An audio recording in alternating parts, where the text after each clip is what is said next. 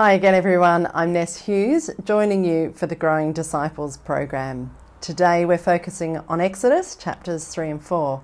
I'm going to read for us a big chunk, verses 1 through to 15 of chapter 3, and then we're going to find out about how the story of God's people who are enslaved in Egypt starts to progress.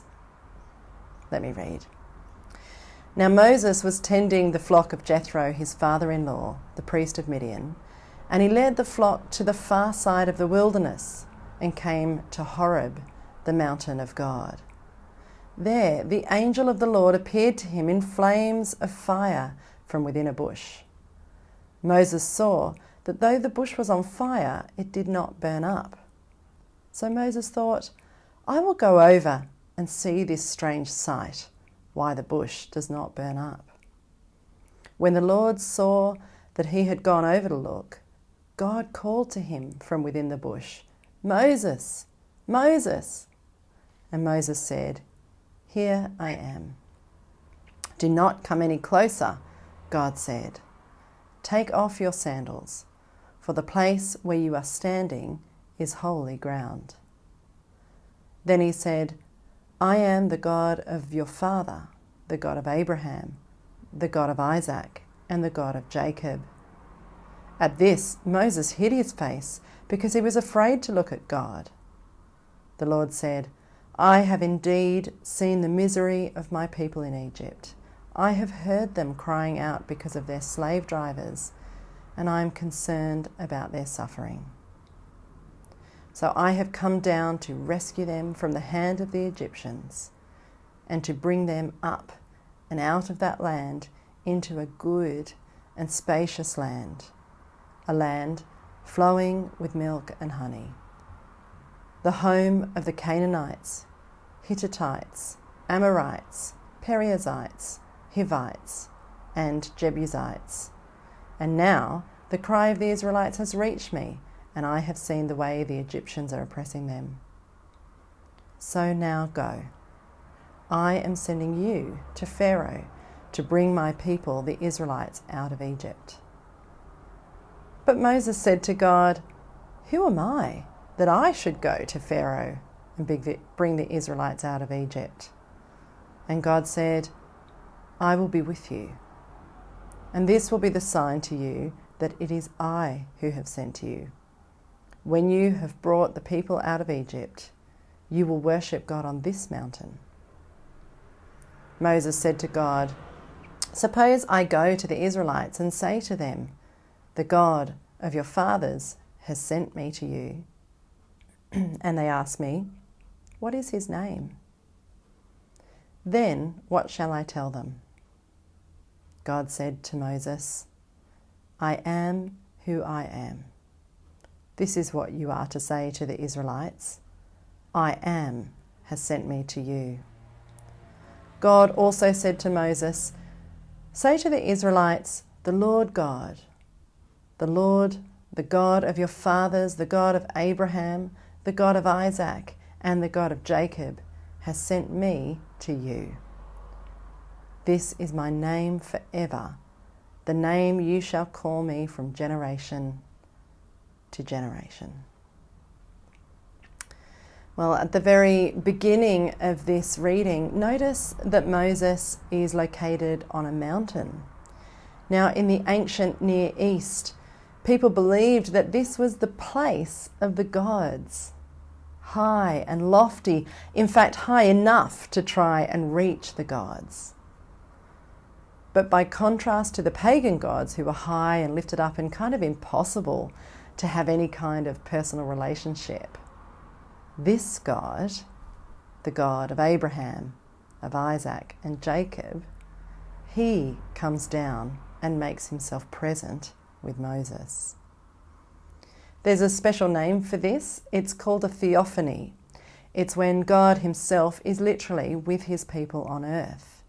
And these theophanies in the Bible are often signified by the presence of fire and sometimes smoke and other indicators.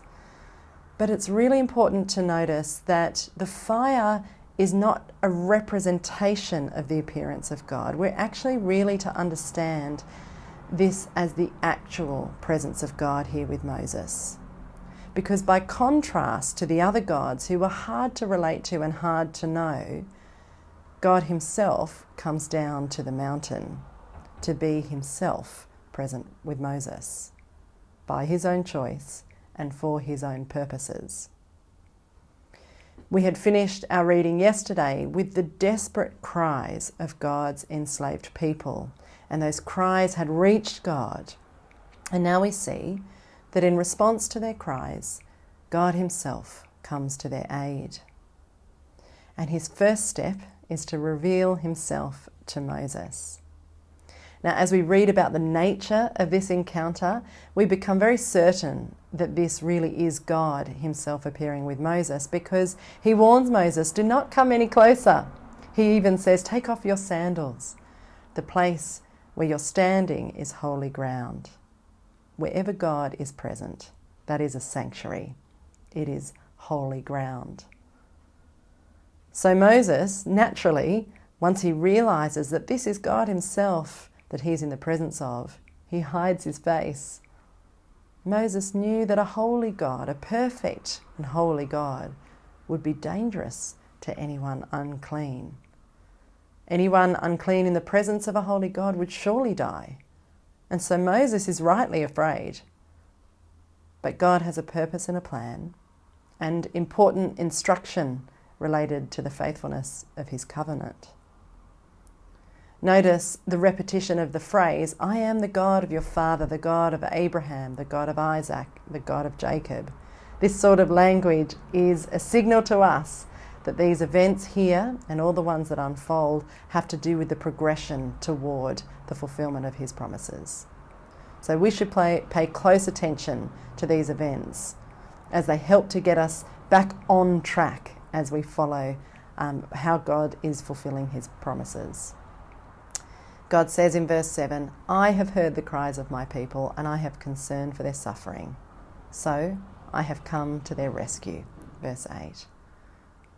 And this all sounds very promising, but Moses starts to realize that he is to be appointed to lead this task, and he quickly protests. I'm unworthy, he says. In verse 11, who am I that I should go to Pharaoh to bring out the Israelites? And God's response in verse 12 is profound. I will be with you. Let me just read that again. And God said, I will be with you. This is impactful on so many levels. It's astounding, as this whole encounter is pointing toward and reminding us today, it's astounding that God is with Moses, that he's with Israel. He is actually with you and me. Now we could almost just stop there for today and meditate on that alone. But if we stay in the text, we see that this relational closeness is actually further reinforced as God gives his personal name to Moses. I am. This is where we get the Hebrew name for God, Yahweh. The basis for their hope for the future, the basis for Moses' own confidence in all that's about to unfold, is this phenomenal thing, that God is with him. All that is about to be accomplished is in and through God for the sake of his people. And so chapter 3 closes with God declaring in verse 20, I will stretch out my hand and strike the Egyptians with all the wonders that I will perform among them. After that, he will let you go. God will act. Moses will be his instrument. So chapter 4 carries on to both reiterate this essential dynamic that we are to understand, and it furthers the narrative story, ending with Moses and then now Aaron too returning to Egypt. Though Moses throughout chapter 4 tries to keep convincing God that he's not up to the task, God reassures Moses that in his own power and purpose, God's plans will indeed be accomplished. So that gives us our interpretive key, because all that unfolds from here on in, we are to interpret as the mighty work of Yahweh. Now, as we close for the day today, Let's reflect on that wonderful truth that we are free to enjoy God's presence, because in Jesus we don't fear the presence of God as Moses did. We boldly enter the throne room of the King, Yahweh, and we call him Father. And in all the comings and goings of this world, I say to you today, God is with you. God bless.